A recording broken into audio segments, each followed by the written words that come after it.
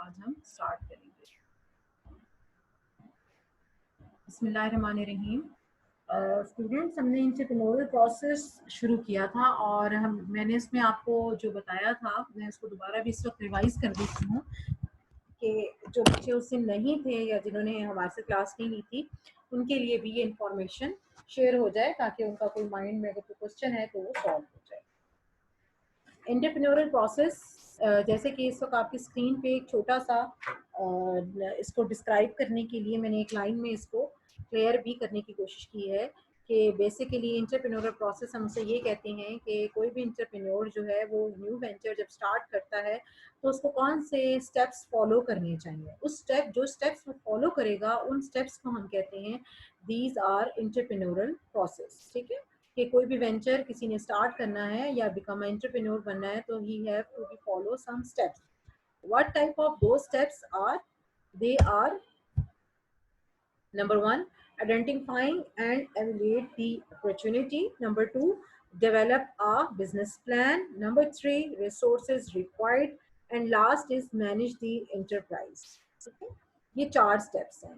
इसमें जो सबसे पहले है वो है identifying and evaluate the opportunity. इस वक्त ये आपके स्क्रीन के ऊपर शेयर भी हो रही है स्लाइड की। ये वाला स्टेप नंबर 1 है और इस स्टेप में क्या क्या चीज़ें डिस्कस करनी होती हैं मैंने जैसे पहले भी डिस्क्राइब किया था, मैं आज भी कर देती हूँ कि अपॉर्चुनिटी असेसमेंट हमने इसमें बताया था कि आपने ऐसा प्रोडक्ट, ऐसा सर्विस या ऐसा बिजनेस सेलेक्ट करना है जिसकी नीड ज़रूरी होनी चाहिए, यानी कि जिसका कोई पर्पस हो, जिसकी कोई डिज़ायर हो आपके इन्वायरमेंट में, आपने उसको असेस कर लेना है। आपने अपनी ये चीज़ देख लेनी है कि ऐसा प्रोडक्ट हो जिसकी नीड, डिज़ायर हो, तो आपकी बेटर अपॉर्चुनिटी है कि वो आपका प्रोडक्ट जो है सेल आउट होगा या आपका बिजनेस चलेगा। ठीक है, अगर आपने बच्चों के लिए कोई चीज़ करनी है तो बच्चों के लिए आपको पता है कि उनके लिए हैबिट्स होती है टॉयज़ के साथ खेलना, और हर एज के लिहाज से आपने एक एज के लिहाज से नहीं टॉय शॉप खोलनी, बल्कि आपने हर एज के लिहाज से कि उनकी हैबिट्स जो है एज के साथ साथ चेंज होती रहती हैं, तो टॉयज़ भी चेंज होते रहते हैं। तो आपने हर एज के लिहाज से नंबर ऑफ टॉयज़ या number of playing habits, playing elements भी आपने उस तरीके से ही शॉप पे रखने हैं। तो ये आपकी नीड और असेसमेंट को फुलफिल करता है कि आपकी इंटेंट पर्पस क्या है आपकी बिजनेस का। तो वो बिजनेस का जो पर्पस है वो अपॉर्चुनिटी असेसमेंट में कंसीडर होगा। तो ये चीज़ आपने अपने माइंड में क्लेरिफाई कर लेनी है कि आपने एस्टेब्लिश ऐसा मैकेनिज्म करना है जो कि वाकई जिसमें पोटेंशियल हो, वाकई जिसमें ऐसा वेंचर हो जिसमें वाकई पोटेंशियल हो सक्सेसफुल होने की तरफ, या वाकई जिसकी नीड हो। ऐसा बिजनेस ना हो जिसकी लोगों की डिज़ायर ही ना हो और आप ऐसे बिजनेस की तरफ ले आए हैं, या वक्त और हालात के हिसाब से आपने डिटरमिन कर लेना है कि क्या नीड्स होनी चाहिए, क्या वांट्स होनी चाहिए। तो ये उसके मुताबिक बिजनेस की टाइप को सिलेक्ट करें। सेकंड, इसमें creation and length of opportunity. Business एक दफ़ा नहीं, एक दफ़ा जब आप उसको स्टार्ट करते हैं तो इट डजेंट मीन कि वो आप इसमें लेंथ को स्पेसिफाई नहीं करते। आप अपना बिजनेस 10 साल के लिए, 15 साल के लिए ही करते हैं। तो ये ज़हन में रखें कि when you are starting any business, ये जो भी आपने आइडिया रखना है, उस आइडिया की अपॉर्चुनिटी को आपने देखना है कि ये 2 दिन या 3 दिन का काम नहीं है, उसकी लेंथ होनी चाहिए। आपका जो इवन आप रेस्टोरेंट भी ओपन करें तो ये नहीं कि 2 महीने वो रेस्टोरेंट बहुत अच्छा चला और आपने उसमें कोई नई चीज़ नहीं की, या आप समझते 2 महीने तो चल पड़ा, आप 10 साल भी चल पड़ेगा, ऐसा नहीं होता। आपको बार बार उसमें चीज़ों को चेंज करना पड़ेगा, ट्रेंड को देखना पड़ेगा, लोगों की नीड्स एंड वांट्स को देना पड़ेगा और उसके हिसाब से अपने बिजनेस में थोड़ा थोड़ा चेंज भी लाना पड़ेगा। तो फिर आप उसमें आपने ये चीज़ क्रिएट की और फिर आपने उस न्यू क्रिएशन की वजह से आपने अपने बिजनेस की लेंथ को या उसकी टाइम पीरियड को बढ़ाते गए। तो ये चीज़ भी आपने ये फर्स्ट आपने ये चीज़ें आइडेंटिफाई ज़रूर करनी है, इसके ऊपर माइंड मेकअप आपने ज़रूर करना है। फिर मैंने आपको लास्ट क्लास में ये भी बताया था कि consumers are the very best source for your for ideas और फॉर अ न्यू वेंचर। ठीक है, कंज्यूमर्स जो है they are a very best source है ऑफ आइडियाज। वो आपको बहुत सारे आइडियाज देते हैं, टेक्निकल टर्मिनोलॉजीज भी बताते हैं, उनको कोई प्रॉब्लम होती है तो उसके बारे में भी वो डिस्कस कर सकते हैं। और वो आपको बहुत अच्छा एग्जेक्टिव प्लान, क्योंकि कंज्यूमर जो होते हैं वो चीज़ों को यूज़ कर रहे होते हैं, तो वो जो चीज़ों को यूज़ कर रहे होते हैं उनको साथ साथ पता चल रहा होता है कि वो कंप्लेन भी कर सकते हैं और अच्छी चीज़ें भी बता सकते हैं। टेक्निकली वो एक्सपर्ट हो चुके होते हैं प्रोडक्ट्स और सर्विसेज को। ये नहीं कि अगर हम कंज्यूमर हैं, हम बहुत सारी चीज़ें यूज़ करें तो हम टेक्निकली एक्सपर्ट हैं, हमें पता है कि ये चीज़ जो है अगर इसमें ये चीज़ होती तो ये बेहतर हो सकता था, या ये चीज़ इसमें है तो ये बहुत अच्छा है। तो इस अगर हमसे कोई पूछेगा कोई न्यू बिजनेस करने के लिए, तो हम भी उसको आइडिया दे सकते हैं ऐसे प्रोडक्ट की, ऐसे सर्विस की जो इससे लैकिंग में है, क्योंकि हम यूज करने वाले लोग हैं। तो हम इस प्रोसेस को किसी हद तक उनके लिए, जो लोग बिजनेस स्टार्ट करें उनको किसी हद तक हम हेल्पफुल हो सकते हैं। और इसके अलावा मैंने आपको बताया था कि होलसेलर्स हैं, रिटेलर्स हैं, जो आपका डिस्ट्रीब्यूशन चैनल है, या मैन्युफैक्चर रिप्रेजेंटेटिव्स हैं, वो भी आपको अच्छा आइडिया दे सकते हैं about the new venture. Third, इसमें real and perceived value of opportunity. इसका क्या मतलब है? इसका ये मतलब है स्टूडेंट कि आपने आइडेंटिफाई करना है कि जो चीज़ आपने सिलेक्ट करनी है वो रियलिस्टिक होनी चाहिए, ठीक है, जिसमें आपने ये एवेल्युएट कर लेना है, क्रिटिकली इस एलिमेंट को आपने देखना है कि जो प्रोडक्ट आप स्टार्ट कर रहे हैं वो रियलिस्टिक हो, रियल हो, और वो उसकी कोई वैल्यू हो, कोई वर्थ हो। ये ना हो कि विदाउट एनी वर्थ आप बिजनेस में आ जाए, वो बिजनेस का ऐसा आइडिया ले लें जिसकी कोई वर्थ नहीं है, कोई रियलिस्टिक नहीं है, कोई रियलिस्टिक कंपाउंड नहीं, और आप जल्दी से इसमें आपने कहा जी बस ये आइडिया है, बस ये मेरा चल पड़ेगा। नो, आपने जर्नल नहीं करना, उसको स्पेसिफिकली डिटेल में उसकी फॉलो अप करते रहना है, सोचते रहना है, बेहतर से बेहतर की तरफ आप जाएं। रिस्क और रिटर्न ये भी याद रखिएगा कि बिजनेस में आप रिस्क क्या देंगे कि आपने एनर्जी भी अपनी फुल लगानी है, टाइम भी आपने फुल लगाना है, तो ये रिस्क है। और अगर आप ये चीजें डालेंगे तो रिटर्न आपको मिलेगा, यानी कि आपको रिवॉर्ड फिर हर तरह से मिलेगा। अगर आपने रिस्क डाला है, आपने अपने बिजनेस में टाइम एफर्ट्स लगाई हैं, तो इस चीज को जहन में रखें कि आप अपने वेंचर को सक्सेसफुल करेंगे और ये आपको रिवॉर्ड जरूर मिलेगा। फिर लास्ट इसमें कि पर्सनल स्किल्स जो हैं वो देखें। आपको आपके पर्सनल स्किल्स, आप स्किलफुल कितनी हैं, आपको क्या चीज आपको आती है, फिर उस जो चीज आपको आती है फिर वही चीज आप अपना मिशन बनाएं, उसी को अचीव करने की कोशिश करें, वही अपने ऑब्जेक्टिव्स बनाएं, वही अपने गोल्स बनाएं, यानी कि अपने पर्सनल स्किल्स के अकॉर्डिंग जो है आप अपने गोल्स को सेट कर सकें। और last, competitive environment. Competitive environment आपने जहन में ये बात रखनी है कि कोई भी बिजनेस जो होता है उसकी एक कंपटीशन जरूर होता है, तो आप अपने बिजनेस प्लान को कंपेयर करेंगे अपने कंपटीटर्स के साथ और उनसे बेहतर की तरफ करेंगे। सेक्रीफाइसेस भी आपको कई जगहों पे करनी पड़ेगी, लेकिन आपको पता होना चाहिए कि अगर सेक्रीफाइस आपको आया तो आप अपने आप को बेहतर कैसे कर सकते हैं, कैपिटल कहाँ से बढ़ा सकते हैं, इन सारी चीजों को आपको फुली फ्लेज एक नॉलेज होनी जरूरी है। फिर है एस्पेक्ट्स ऑफ एंटरप्रेन्योरल प्रोसेस में हमारा जो सेकंड स्टेप है, डेवलप बिजनेस प्लान। ये जो बिजनेस प्लान है, ये जो सेकंड आपका एलिमेंट है, ये बहुत ज़्यादा इंपॉर्टेंट है। क्यों? क्योंकि इससे आपको फुली अपने बिजनेस के बारे में आप प्लान कर लेंगे। जैसे मैंने आपको बताया कि कैपिटल कैसे इन्हेंस करना है, कैपिटल कैसे बढ़ाना है, तो अपने रिसोर्सेज आपने कहाँ से बढ़ाने हैं, आपने शुरू में सरमाया कितना लगाना है, बाद में कितना आपने अपने पास सेव करना है। शुरू में आप जाहिर है कि थोड़े से शुरू करेंगे, बहुत ज्यादा से अपना बिजनेस नहीं शुरू करेंगे, हमेशा पहला स्टेप आप थोड़ा रखेंगे, एक्सपेंसेस थोड़े रखेंगे। आहिस्ता आहिस्ता जैसे जैसे आपको प्रॉफिट आता जाएगा फिर आप अपनी चीजों को बढ़ाते जाएंगे। जैसे लोग बिजनेस जब शुरू करते हैं तो वो हमेशा एक प्रोडक्ट में डील करते हैं और उसकी पूरी फुली नो हाउ देखते हैं कि टैक्स पॉलिसी को जरूर जहन में रखें, आपने सरमाया कितना लगाया है, आप कितने प्रोडक्ट में डील कर रहे हैं, एक में या दो में। हमेशा कोशिश कीजिए कि कोशिश आपको करनी चाहिए कि जिस प्रोडक्ट में आप डील कर रहे हैं, प्रोडक्ट शुरू करने से पहले आप एक सर्वे उसका ले लें, लोगों को देखें कि जो लोग ऑलरेडी इस पे काम कर रहे हैं वो कितने सक्सेसफुल हैं, लोगों को आता कितना है, उनके पास बैठें, उनके साथ सीखें, ताकि जब आप अपना बिजनेस शुरू करें तो आप हिट एंड ट्रायल की इसके पर्पज से, हिट एंड ट्रायल के स्टेप से निकल चुके हों, क्योंकि आपने लोगों के एक्सपीरियंस भी सुने हुए हों, आपने लोगों के साथ जस्टिफिकेशनें भी की हों, आपने लोगों की बात भी सुनी हो, उनके प्रॉब्लम्स भी आपने सुने हो, आपको उनके बारे में बहुत सारे नो हाउ का पता होना चाहिए। फिर आप अपना वेंचर स्टार्ट करें without any planning, without any कुछ चीज़ से आप उसको ना आए। जैसे मैं आपको बता रही हूँ कि न्यू चीज़ अगर अभी आपने शुरू करनी है तो भी किसी हद तक उससे मिलता जुलता प्रोडक्ट अगर मार्केट में अवेलेबल है तो जो लोग उसको डेवलप किया हुआ है उनके पास जाएं, उनसे थोड़ी बहुत बातचीत करें उनसे कुछ आइडिया लेने की कोशिश करें, उनसे गाइडलाइंस डिस्कस करें। वो आपको टैक्स पॉलिसी बताएंगे, आपको थोड़ा थोड़ा सा कुछ ना कुछ बताएंगे। और आपके टर्म्स इन लोगों के साथ होने बहुत जरूरी है। जो लोग अकाउंट्स का काम करते हैं उनके साथ आप अपने टर्म्स बनाने की कोशिश करें। जो लोग टैक्स का काम जानते हैं उनके साथ आप अपने नो हाउ जरूर रखें, अपने दोस्त अहबाब जरूर इस टाइप के रखें जो लोगों जो जिनको इन चीज़ों के बारे में पता हो। क्योंकि बिजनेस में ये डिस्क्रिप्शन के बारे में आपको अगर पता होगा तो बिजनेस आराम से रन करेगा। और जिस तरह आजकल की सिचुएशन है आपने देखा होगा, मैंने तो ये बहुत फील किया है कि जैसे ही ये लॉकडाउन वाला सिलसिला शुरू किया है लोगों ने ऑनलाइन बिजनेस की तरफ बड़ा प्रमोट हुए। लोग बहुत लोग ऑनलाइन, आप सब बच्चे इस बात से एग्री भी करेंगे कि बहुत ऑनलाइन बिजनेस आया। लेकिन ऑनलाइन बिजनेस ऐसे नहीं है कि आपने चीजें उठाई और आपने अपनी फेसबुक पे पेज बनाया और आपने डाल दिया। उसके लिए भी आपको बहुत ज्यादा स्ट्रगल की जरूरत है। आपने सामान कहाँ से खरीदना है, आपने कितनी, जब लोगों से आपने सामान खरीदा है तो उन्होंने आपको कितने पैसों में देना है, कितना आप पे टैक्स लगाना है, क्या टैक्स आपने एक दफा देना है, 2 दफा देना है, 3 दफा देना है, इन सब चीजों के बारे में आपको पता होना चाहिए। तो नो हाउ होनी जरूरी है।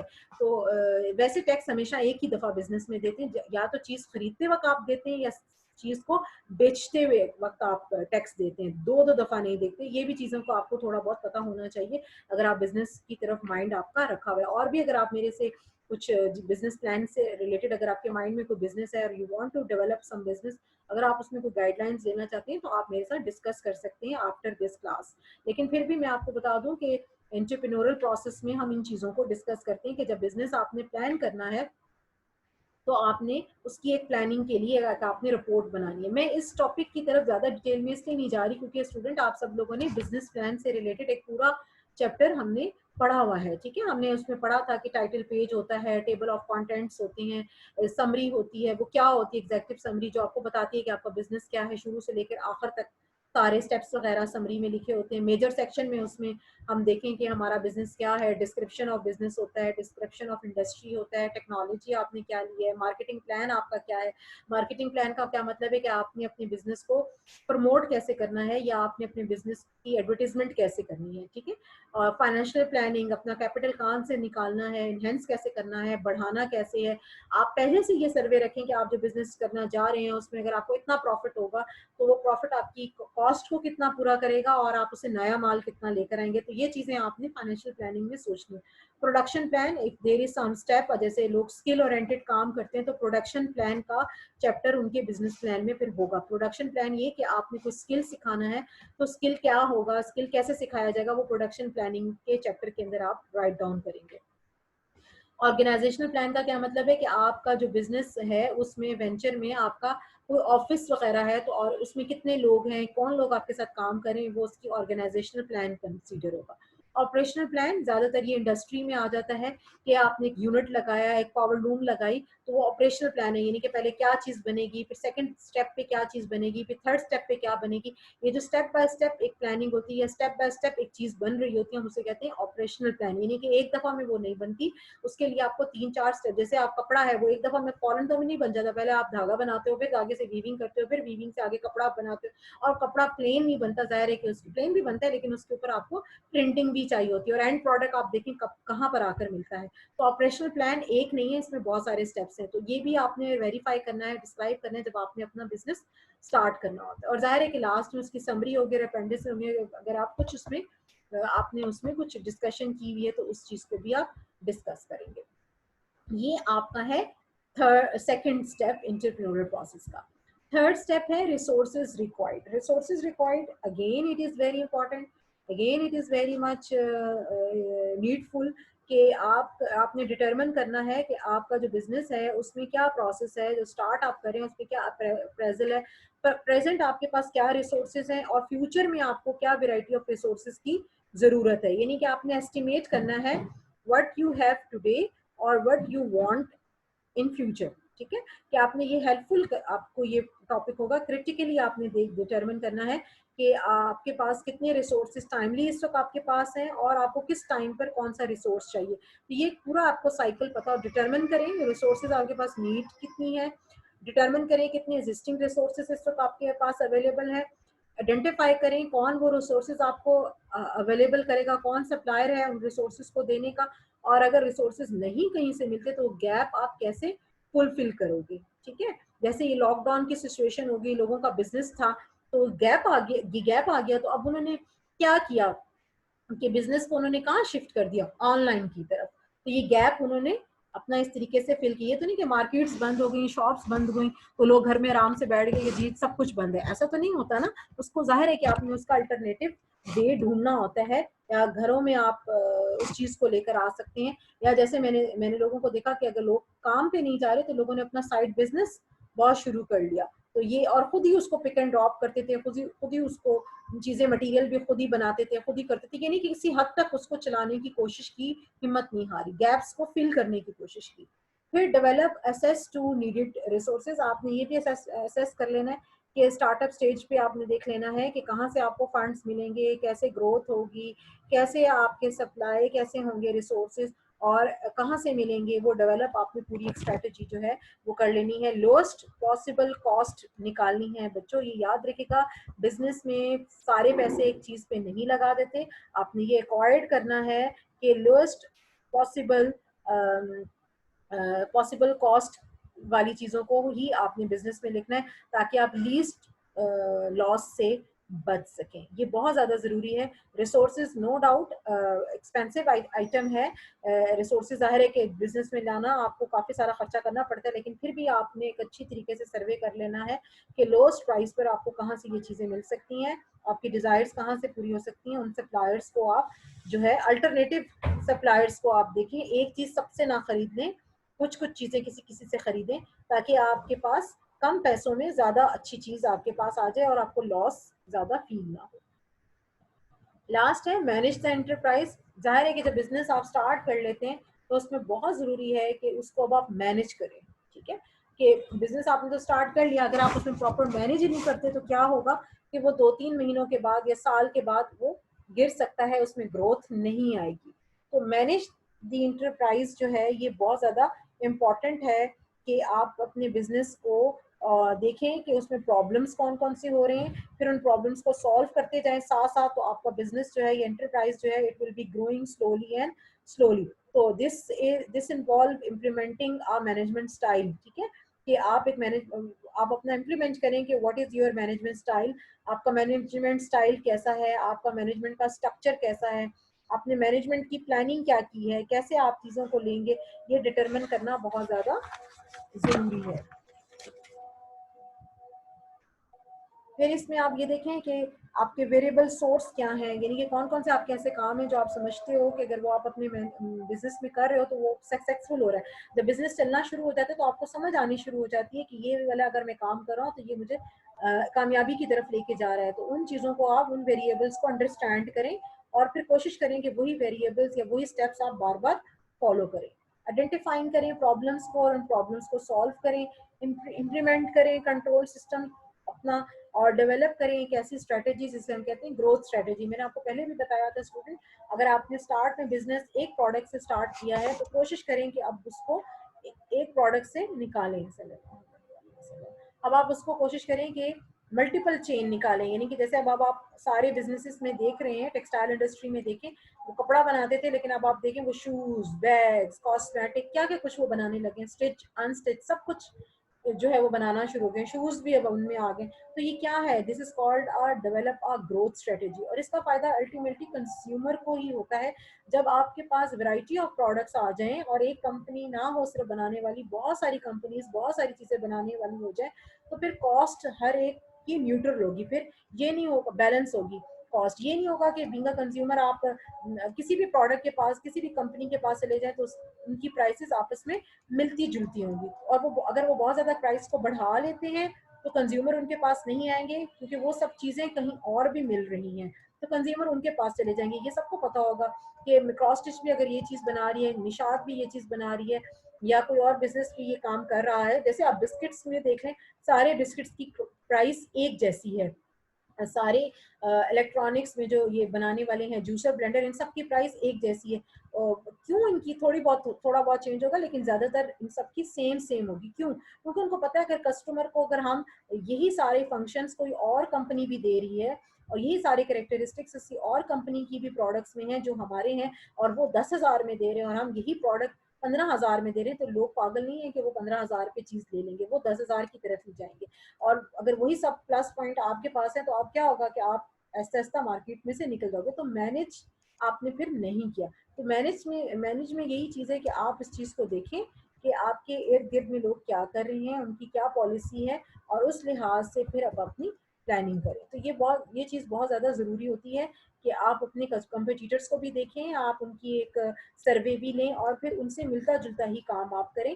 अगर आप बिल्कुल डिफरेंट करेंगे तो आपका डिफरेंट किसी हद तक तो सेल हो सकता है, आप बिजनेस आगे ले जा सकते हैं।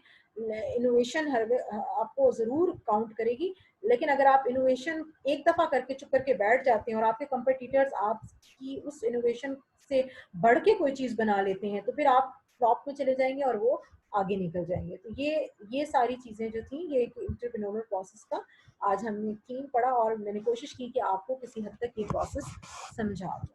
तो स्टूडेंट, आप सबको ये टॉपिक क्लियर है?